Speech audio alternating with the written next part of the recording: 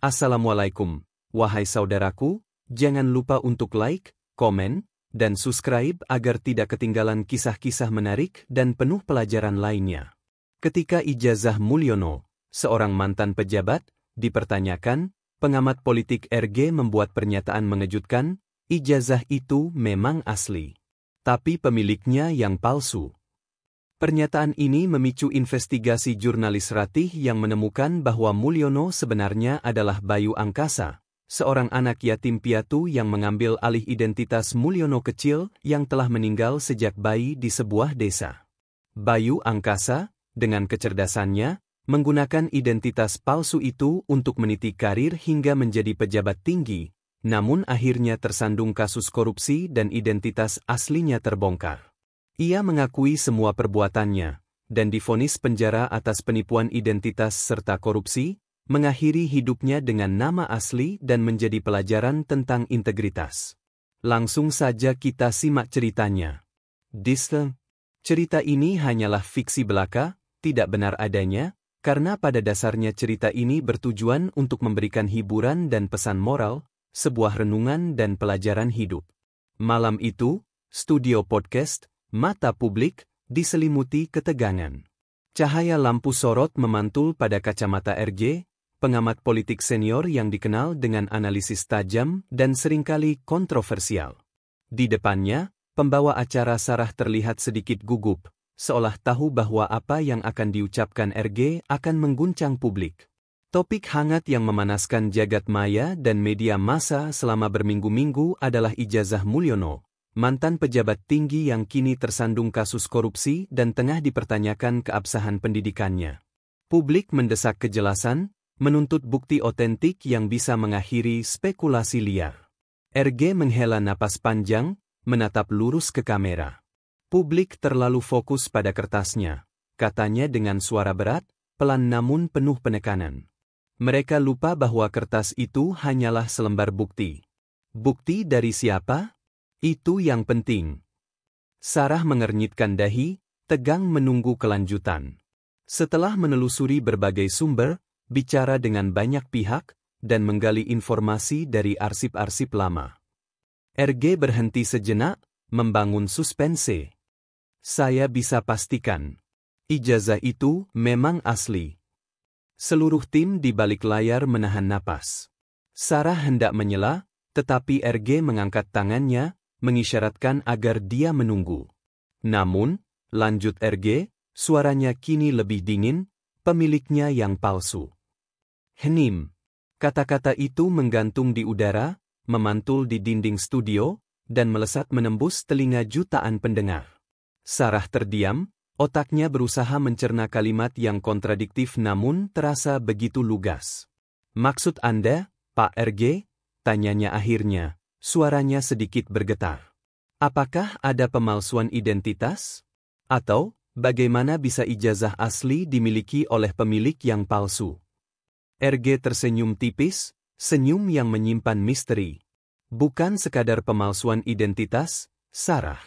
Ini jauh lebih rumit, jauh lebih dalam dari sekadar memalsu nama di selembar kertas. Ini tentang seseorang yang mengambil alih jejak hidup orang lain, membangun karir di atas pondasi yang bukan miliknya. Bayangkan sebuah pohon yang tumbuh subur, berbuah lebat, namun akarnya ditanam oleh orang lain di tanah yang berbeda. Pernyataan RG segera menjadi headline di mana-mana. Media sosial meledak. Berbagai teori bermunculan. Apakah Mulyono sebenarnya bukan Mulyono yang sebenarnya? Apakah dia menggunakan identitas orang lain untuk masuk ke universitas? Atau bahkan sejak lahir? Pertanyaan-pertanyaan itu tak hanya memicu spekulasi, tetapi juga kekhawatiran publik akan integritas sistem birokrasi dan pendidikan di negara itu. Jaksa Agung yang menangani kasus Mulyono langsung bergerak, memerintahkan penyelidikan ulang yang lebih mendalam, tidak hanya pada kasus korupsi, tetapi juga pada keabsahan identitas Mulyono. RG sendiri menolak memberikan rincian lebih lanjut, hanya mengatakan, waktu akan mengungkap semuanya. Kata-katanya justru menambah penasaran, membuat publik tak sabar menanti kelanjutan misteri yang ia lemparkan. Pernyataan RG bagaikan memantik api di tengah tumpukan jerami. Kantor berita, reporter investigasi, dan bahkan mata-mata swasta berlomba-lomba mencari tahu apa maksud di balik pemiliknya yang palsu. Tekanan terbesar tentu saja tertuju pada RG. Namun, seperti yang sudah-sudah, ia tetap bungkam, hanya memberikan petunjuk samar-samar yang justru semakin mengipasi rasa penasaran publik. Tim investigasi sebuah media besar, Suara Kebenaran, yang dipimpin oleh jurnalis senior bernama Ratih, mulai bergerak. Ratih adalah jurnalis berdedikasi yang tak gentar menghadapi ancaman atau tekanan. Ia tahu bahwa kasus ini bisa menjadi skup terbesar dalam karirnya, atau justru bahaya terbesar. Fokus utama mereka adalah menelusuri masa lalu Mulyono, jauh sebelum ia menjadi pejabat. RG sempat menyebutkan, cari tahu siapa Mulyono di masa mudanya, sebelum ia dikenal publik. Siapa teman-temannya, siapa gurunya, siapa yang mengenalnya paling baik. Petunjuk pertama Ratih datang dari seorang informan anonim yang merupakan mantan staf di sebuah kantor catatan sipil kecil di daerah pedalaman. Informan itu menyebutkan bahwa ada kejanggalan pada berkas kelahiran Mulyono. Ada 2 berkas dengan nama yang sama, lahir di tanggal yang sama, tetapi dengan detail orang tua yang berbeda. Salah satu berkas telah dimusnahkan secara tidak resmi, dan hanya tersisa jejak samar-samar di dalam sistem. Ratih dan timnya berangkat ke desa terpencil yang disebut informan itu. Sebuah desa yang seolah terlupakan oleh waktu, dengan rumah-rumah kayu reot dan jalanan setapak yang becek. Di sana, mereka menemukan seorang nenek tua bernama Bei Sumi, yang konon dulunya adalah bidan desa. Bei Sumi memiliki ingatan yang tajam meskipun usianya sudah senja. Mulyono, oh, Mulyono, ujar Bei Sumi, matanya menerawang. Dulu ada 2 Mulyono di desa ini. Lahir di hari yang sama, persis di rumah tetangga yang berhadapan. Yang satu anak Pak Harjo, yang satunya anak Pak Kromo. Sayang sekali, anak Pak Kromo itu meninggal tak lama setelah lahir karena sakit parah. Kasihan sekali Bu Kromo, sudah lama mendambakan anak. Ratih mencatat setiap detail. Apakah ada kemungkinan anak Pak Harjo, Mulyono, itu pindah dan menjadi yang kita kenal sekarang sebagai Mulyono yang tersandung kasus? Bei Sumi menggeleng. Anak Pak Harjo itu cacat sejak lahir, kakinya pincang. Ia tidak bisa berjalan jang. Setahu saya, ia tetap tinggal di desa ini sampai meninggal beberapa tahun lalu. Ia jadi pengrajin kayu, sangat pandai. Penjelasan Bei Sumi membuat tim Ratih kebingungan. Jika Mulyono anak Pak Harjo cacat dan meninggal di desa, dan Mulyono anak Pak Kromo meninggal saat bayi, lalu siapa Mulyono yang sekarang? Ratih kemudian menunjukkan foto Mulyono yang menjadi pejabat. Bei Sumi menatap foto itu lekat-lekat. Raut wajahnya berubah. Ada keraguan, lalu kengerian. Ini bukan Mulyono anak Pak Harjo. Wajahnya terlalu sempurna. Tapi, ada kemiripan samar dengan seseorang yang dulu pernah tinggal di sini. Seorang anak muda dari kota, yatim piatu, yang dititipkan oleh kerabatnya di keluarga Pak Kromo untuk sementara waktu setelah kematian anak mereka. Nama anak itu, saya lupa. Tapi ia sangat pandai, cerdas sekali.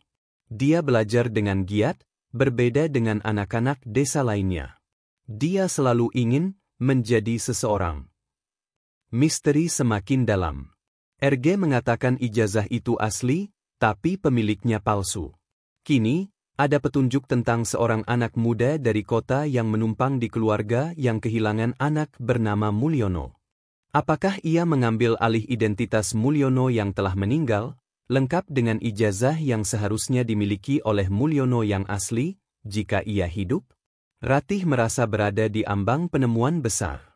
Petunjuk dari Bei Sumi mengenai anak kota yang menumpang di keluarga Pak Kromo menjadi titik terang bagi Ratih. Ia dan timnya kembali ke kantor, menyusun kepingan teka-teki yang mulai terbentuk. Jika anak Pak Kromo yang bernama Mulyono meninggal saat bayi, dan anak Pak Harjo yang juga bernama Mulyono adalah seorang disabilitas yang tinggal di desa, maka Mulyono yang menjadi pejabat itu pastilah orang ketiga. Seorang peniru. Ratih kembali menghubungi informan dari catatan sipil. Kali ini, ia meminta informan itu untuk mencari berkas terkait anak kota yang menumpang di keluarga Pak Kromo. Proses pencarian itu rumit dan memakan waktu, melibatkan penelusuran arsip-arsip lama yang banyak yang sudah usang. Namun, berkat ketekunan informan, sebuah nama akhirnya muncul, Bayu Angkasa. Bayu Angkasa lahir di kota besar, yatim piatu sejak kecil, dan dititipkan pada kerabat jauh di desa setelah orang tuanya meninggal dalam kecelakaan tragis. Kerabat jauh itu adalah Pak Kromo dan istrinya. Bayu datang ke desa tak lama setelah Mulyono kecil, anak kandung Pak Kromo, meninggal dunia. Jadi, Bayu Angkasa ini tumbuh besar dengan menyandang nama Mulyono, tanya salah satu anggota tim Ratih. Sepertinya begitu, jawab Ratih. Bayu adalah anak yang cerdas. Dia melihat kesempatan. Keluarga Pak Kromo yang berduka pasti sangat menyayangi anak baru ini, mungkin bahkan memanggilnya Mulyono untuk mengenang anak mereka yang meninggal. Dan Bayu, melihat betapa beruntungnya ia mendapatkan nama dan kesempatan baru, mungkin memutuskan untuk terus menyandang identitas itu. Tim Ratih mulai mencari tahu tentang kehidupan Bayu Angkasa sebelum ia dititipkan di desa. Informasi yang mereka dapatkan sangat minim. Bayu tumbuh di panti asuhan setelah kecelakaan orang tuanya, dan tidak ada kerabat dekat lain yang bisa dimintai keterangan. Catatan pendidikannya di panti asuhan menunjukkan bahwa ia memang seorang siswa yang sangat cemerlang. Mereka kemudian membandingkan tulisan tangan pada ijazah SMA Mulyono dengan contoh tulisan tangan Bayu dari catatan-catatan lama di panti asuhan. Meskipun ada sedikit perbedaan karena usia, ada pola tertentu yang sangat mirip, terutama dalam cara membentuk beberapa huruf spesifik. Ini adalah bukti kuat pertama yang mengarah pada kesimpulan bahwa Mulyono sang pejabat adalah Bayu Angkasa. Tapi, bagaimana dengan ijazah kuliahnya? Tanya anggota tim yang lain. Ijazah itu disebut asli oleh RG. Jika dia adalah Bayu Angkasa yang menyamar sebagai Mulyono, apakah itu berarti dia juga kuliah dengan nama Mulyono, menggunakan identitas Mulyono anak Pak Kromo yang sudah meninggal? Ratih mengangguk perlahan. Itu satu-satunya penjelasan yang masuk akal. Ijazah itu asli karena dikeluarkan oleh universitas yang sah, dan dia memang lulus dari sana. Yang palsu adalah pemilik nama itu, karena orang yang seharusnya bernama Mulyono itu sudah meninggal. Bayu Angkasa lah yang mengambil tempatnya, menyerap semua kesempatan, semua pendidikan yang seharusnya menjadi milik Mulyono yang asli. Pikiran Ratih berputar. Mengambil alih identitas orang mati adalah kejahatan serius. Apalagi jika identitas itu digunakan untuk meniti karir hingga ke puncak kekuasaan, dan kemudian terlibat dalam korupsi. Ini bukan sekadar kasus pemalsuan, tapi sebuah penipuan besar-besaran yang dibangun di atas kebohongan fundamental. Tim Ratih kini memiliki bukti yang cukup untuk dipertimbangkan oleh pihak berwenang. Mereka mengumpulkan semua temuan mereka, termasuk kesaksian Bei Sumi, catatan dari catatan sipil, dan perbandingan tulisan tangan. Ratih tahu bahwa mengungkapkan ini ke publik akan memicu kegemparan yang lebih besar, tetapi kebenaran harus terungkap. Kita akan menyerahkan ini kepada Jaksa Agung, kata Ratih pada timnya. Dan setelah itu, kita akan publikasikan. RG benar. Ijazah itu asli, tapi pemiliknya yang palsu. Dan pemilik yang palsu itu adalah Bayu Angkasa, yang mencuri jejak hidup Mulyono. Berita tentang investigasi, suara kebenaran, bocor ke publik, menciptakan gelombang kehebohan yang tak kalah besar dari pernyataan awal RJ. Nama Bayu Angkasa mulai disebut-sebut, dan spekulasi tentang motif di balik penyamaran ini memanas. Jaksa Agung, yang sebelumnya telah membuka penyelidikan khusus berdasarkan petunjuk RG, kini memiliki landasan yang lebih kuat. Surat panggilan resmi dilayangkan kepada Mulyono, bukan hanya untuk kasus korupsi, tetapi juga untuk tuduhan pemalsuan identitas dan penipuan. Mulyono, yang selama ini terlihat tenang dan membantah semua tuduhan korupsi, kini tampak gelisah. Wajahnya pucat pasi saat ia dibawa ke ruang interogasi khusus. Di depannya, duduk jaksa utama dan seorang penyelidik forensik yang memegang berkas tebal, berisi semua bukti yang dikumpulkan tim Ratih. Saudara Mulyono, jaksa utama memulai dengan nada datar, kami tidak akan membahas kasus korupsi Anda sekarang. Kami ingin fokus pada identitas Anda. Ia menunjuk ke tumpukan berkas. Kami memiliki bukti kuat bahwa nama, Mulyono, yang Anda sandang adalah milik orang lain. Seorang anak yang meninggal saat bayi di sebuah desa terpencil. Sedangkan Anda, nama asli Anda adalah Bayu Angkasa, seorang anak yatim piatu yang dititipkan di desa itu setelah orang tuanya meninggal. Mulyono menelan ludah. Keringat dingin membasahi pelipisnya. Ia mencoba menyangkal, itu tidak benar. Saya Mulyono. Sejak lahir saya Mulyono. Anda salah orang. Namun, penyelidik forensik mengeluarkan 2 lembar dokumen.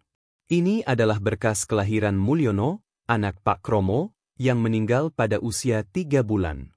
Dan ini, ia menunjukkan lembar kedua, adalah berkas penitipan Bayu Angkasa di keluarga Pak Kromo, dengan keterangan bahwa Bayu akan diasuh dan dianggap sebagai anak sendiri. Catatan ini dibuat oleh seorang kepala desa lama, sebelum sistem digitalisasi. Dan di sini, ia menunjuk bagian bawah berkas penitipan, ada tulisan tangan Anda. Kami sudah membandingkannya dengan contoh tulisan tangan Anda di sekolah dasar dan ijazah SMA. Polanya identik. Mulyono terdiam. Matanya menatap berkas itu dengan putus asa. Rahasia yang selama ini ia jaga rapat-rapat, fondasi dari seluruh kehidupannya, kini runtuh di hadapannya. Jaksa utama melanjutkan, kami juga punya kesaksian dari Bey Sumi, bidan desa yang mengurus kelahiran kedua Mulyono di desa itu. Ia mengenal Anda sebagai anak kota yang cerdas, yang datang setelah Mulyono kecil meninggal. Ia bahkan mengidentifikasi Anda dari foto. Mulyono akhirnya menghela napas panjang, kekalahan terpancar jelas di wajahnya. Bahunya melorot. Baiklah, gumamnya, suaranya nyaris tak terdengar. Saya akan ceritakan semuanya. Ia mulai bercerita. Kisah hidupnya sebagai Bayu Angkasa, anak yatim piatu yang merasa sendirian di dunia. Ketika ia dititipkan di keluarga Pak Kromo yang berduka, ia melihat sebuah peluang. Mereka memanggilnya Mulyono, mungkin untuk mengisi kekosongan. Ia merasa dicintai, merasa memiliki nama dan keluarga. Seiring waktu, identitas Mulyono melekat padanya. Ia menggunakan nama itu di sekolah, di perguruan tinggi. Ia memang cerdas, dan semua prestasinya ia raih atas nama Mulyono. Ijazah-ijazah itu asli, karena ia memang menempuh pendidikan itu. Hanya saja, nama di dalamnya bukanlah nama aslinya. Saya hanya ingin menjadi seseorang, katanya, suaranya serak. Saya tidak punya apa-apa. Dengan nama Mulyono, saya merasa memiliki kesempatan. Saya tidak pernah bermaksud jahat. Saya hanya ingin hidup yang lebih baik. Namun, pengakuan itu tidak menghapus fakta bahwa ia telah melakukan penipuan identitas besar-besaran. Jaksa utama menjelaskan bahwa kasus ini akan disidangkan secara terpisah dari kasus korupsinya. Penyamaran identitas ini tidak hanya merugikan sistem, tetapi juga mengkhianati kepercayaan publik. RG, setelah mendengar berita pengakuan Mulyono, hanya memberikan satu komentar singkat kepada media, kebenaran selalu menemukan jalannya, cepat atau lambat. Pengakuan Mulyono mengguncang seluruh negeri. Publik terpecah. Ada yang bersimpati dengan kisah Bayu Angkasa yang malang, ada pula yang mengecam keras penipuannya. Namun, satu hal yang jelas, misteri ijazah Mulyono akhirnya terungkap. Pengakuan Mulyono, atau lebih tepatnya Bayu Angkasa, menjadi berita paling sensasional dalam sejarah politik dan kriminal negara itu.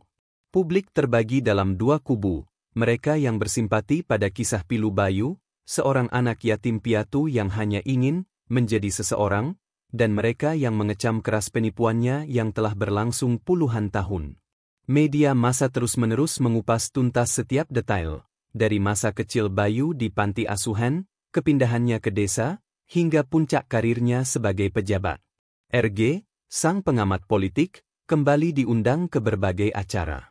Ia menjelaskan bahwa motif Bayu Angkasa, meskipun mungkin berawal dari keinginan untuk bertahan hidup dan mencari identitas, telah berubah menjadi ambisi yang buta.